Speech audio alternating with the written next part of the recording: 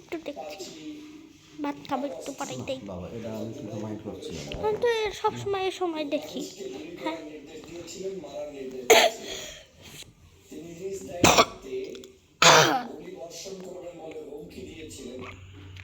সেই ব্যক্তিটি বাংলাদেশে আরামায়েশে নাকি 3 মাস কাটিয়ে খুব সুন্দরভাবে ভারতে গিয়ে পৌঁছেছেন এবং তিনি এখন সেই দেশে অবস্থান করছেন বলে প্রকাশ পেয়েছে আজকের একটা রিপোর্টে।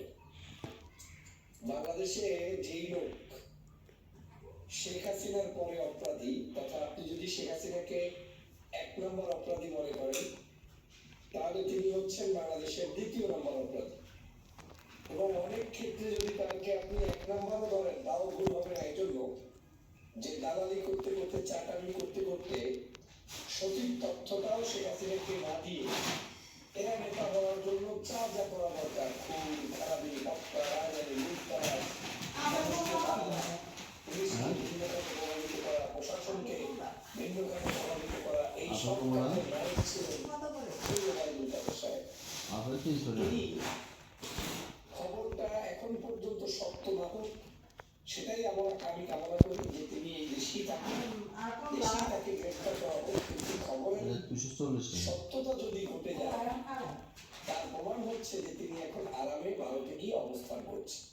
কিন্তু আবারও আমি আশাবাদী যে তিনি এখানে আছেন বলে আমি ধরে নিয়ে সেটা আমি আশা পোষণ করতে পারি, কিন্তু খবরে যে সংবাদ প্রকাশ হয়েছে সেটা আমার জন্য, দেশের জন্য, মানুষের জন্য অবশ্যই একটি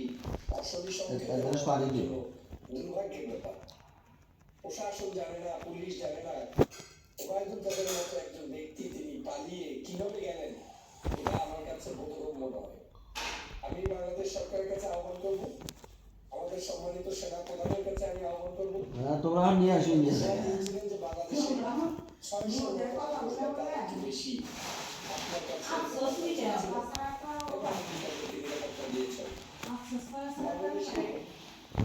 আপনি আপনার জায়গা থেকে তখন মনে করেছেন যে তাদেরকে মানবিক দৃষ্টিতে নিরাপত্তা দিলেই ভালো হবে, বাংলাদেশের পরিস্থিতি বিবেচনায় আপনি হয়তো সেটা করেছেন। কিন্তু কোনো খুনি, কোনো অপরাধী, কোনো লুটেরা, কোনো দর্শনকারী, কোনো হত্যাকারী যারা মানুষের উপরে জুলুম করেছে তাদের প্রতি সিম্পিথি ক্রিয়েট করার কোনো সুবিধা আমাদের নেই। যদি ওই 600 লোক তৎকালীন সময় আপনার নিয়ন্ত্রণে থেকে থাকে, এখন তারা কোথায় আছে সেটা জাতিকে জানিয়ে দিতে হবে। অবশ্যই আপনাকে উচিত হবে আপনার যে কোনো জায়গা থেকে, আপনার নিশ্চয়ই সেনাবাহিনীর কোনো জায়গায় আনডকুমেন্টেড কোনো কিছু থাকার কথা না। অতএব এই 600 লোকের বায়োডাটা আপনার কাছে আছে, এই 600 লোকের ডাটা জাতির কাছে প্রকাশ করুন, তাদের বিরুদ্ধে মামলা হলে দ্রুত তাদেরকে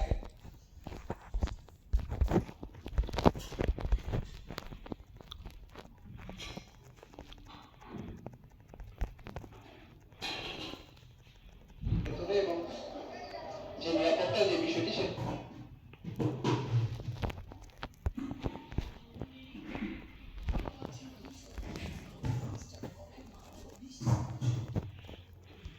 এবং যে নিরাপত্তার যে বিষয়টি সেটিকে গুরুত্ব দিয়ে তারা এই কার্যক্রম পরিচালনা করছেন। এবং বারংবার যেটি বলছিলাম যে এখানে যেটি অত্যন্ত ঘনবসতি একটি এলাকা, এই ঘনবসতি কোনো এলাকাটিতে শান্তিপূর্ণভাবে কোনো ধরনের বিশৃঙ্খল পরিবেশ ছাড়া যে উদ্ধার অভিযান পরিচালনা করবে সেটিতেই হিমশিম খেতে হচ্ছে সেনা সদস্যদের এবং র্যাব সদস্য, পুলিশ ব্যাংকে কোন শাখা যেন ডাকাতি অত্যন্ত ঘনবসতিপূর্ণ এলাকা, এখানে বহু বাড়ি রয়েছে এবং বহুতল ভবন রয়েছে, সকলেই অনেককে আমরা দেখি যে জানালার মধ্যে এবং ছাদের মধ্যে তারা এই পুরো ঘটনাটি প্রত্যক্ষ করার চেষ্টা করছে। তবে আইনশৃঙ্খলা বাহিনীর পক্ষ থেকে নানানবারই বলা হচ্ছে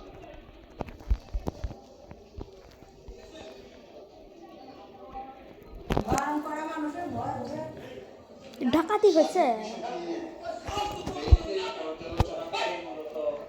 কবে?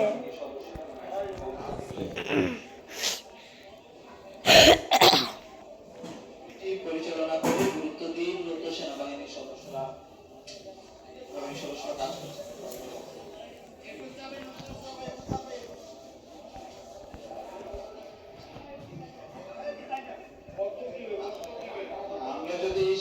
বিষয়টি জানতে চাই স্থানীয় যারা রয়েছেন তাদের সাথে একটু কথা বলি। একটু বলেন তো ঘটনাটি কি? ঘটনাটি কি? লোকজন ভাইয়া ডাকা ডাক্তার করছে বলে ডাকা যাবো কি এত লোকজন আমরা কি চালে যাই করতে পারি না। এবার তুই চালার আমরা একাইটা দুটা পড়া যায় তুই চন্দ্র ভাই এটা তুমি চালু করবে সবাই মিলা যায় আপনার মন করো দোকান এখানে ভাই আমার ব্যাগ দেখতে হ্যাঁ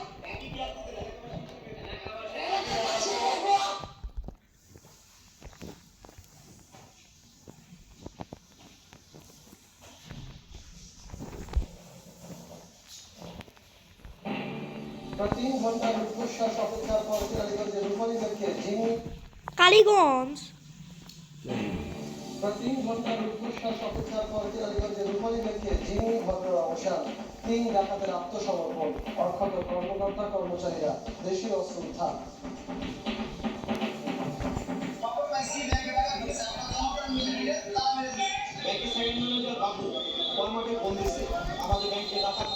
একটা অন্যের গুলির একটা শব্দ মনে পাওয়া গেছে এখন একটু আতঙ্কিত গ্রাহক সেজে ব্যাংকে ঢুকে পড়ে ডাকাত দল ভাঙতে পারেনি ভট। ব্যাংকে ঢুকছে, ঢোকার পর ব্যাংকের কর্মকর্তাকে জিজ্ঞেস করছে, করে 15 লক্ষ টাকা আমরা ব্যাংকে ঢোকাইছি। ভিতরে 3 জন ছিল আপাতত আমাদের ছাত্রলীগের কাছে আমাদের বাজেটে আছে। মিছিলের প্রধান শিরোনাম সন্ধ্যার সময় সঙ্গে আছে আমি সজল মিত্র রিচার্ড। এবার হলো শীর্ষ সংবাদ। বাংলাদেশের সম্পদের দিকে অনেকের লোভনীয় দৃষ্টি আছে বলে তারেক রহমান সার্বভৌমত্বের জন্য সংগ্রামের ঘোষণা।